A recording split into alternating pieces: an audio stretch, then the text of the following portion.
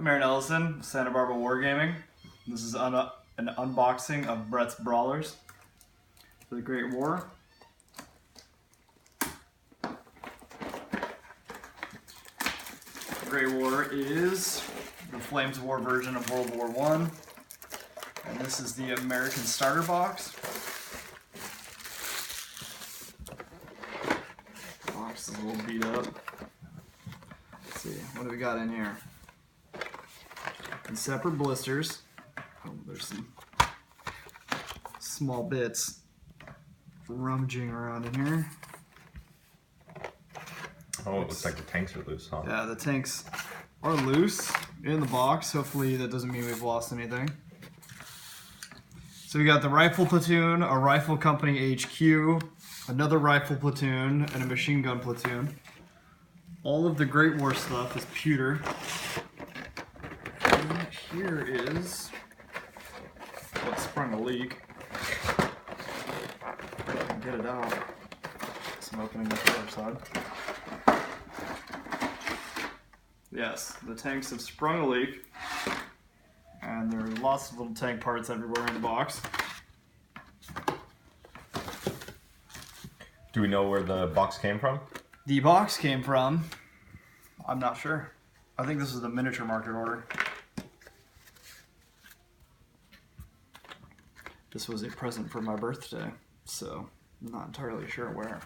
So here's the tanks. We get a light tank platoon, 4 of the Renault FT-17s. They have all sorts of parts going on here. The Schneider looks like it's fallen out of its little section, so I'm going to have to figure out what goes with it. There's the CA1 Schneider. And here all the pewter bits have flown all over into each other. It looks like it originally had 1, 2, 3, 4 separately, and then the Schneider in its own thing, but that's kind of fallen apart.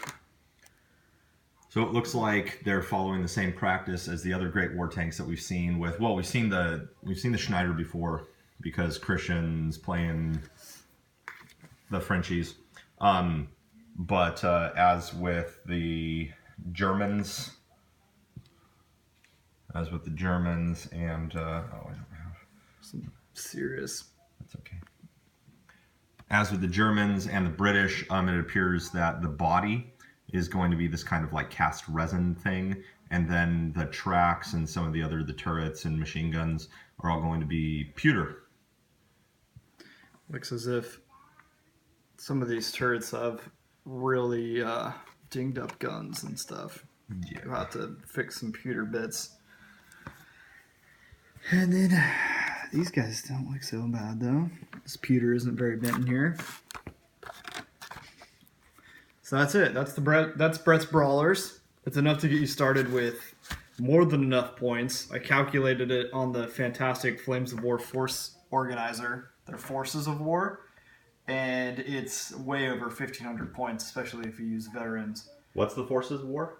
The Forces of War is the Flames of War Force Organizer and Army Creator, and it's $1 for a whole army. So it's actually $3.75 for every Great War army if you buy them in a bundle.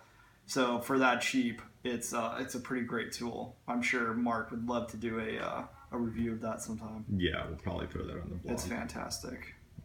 But this is it right here. So, any thought about how you're going to use them? I mean, we're fixing to put them together, which you'll hear on Anything But episode.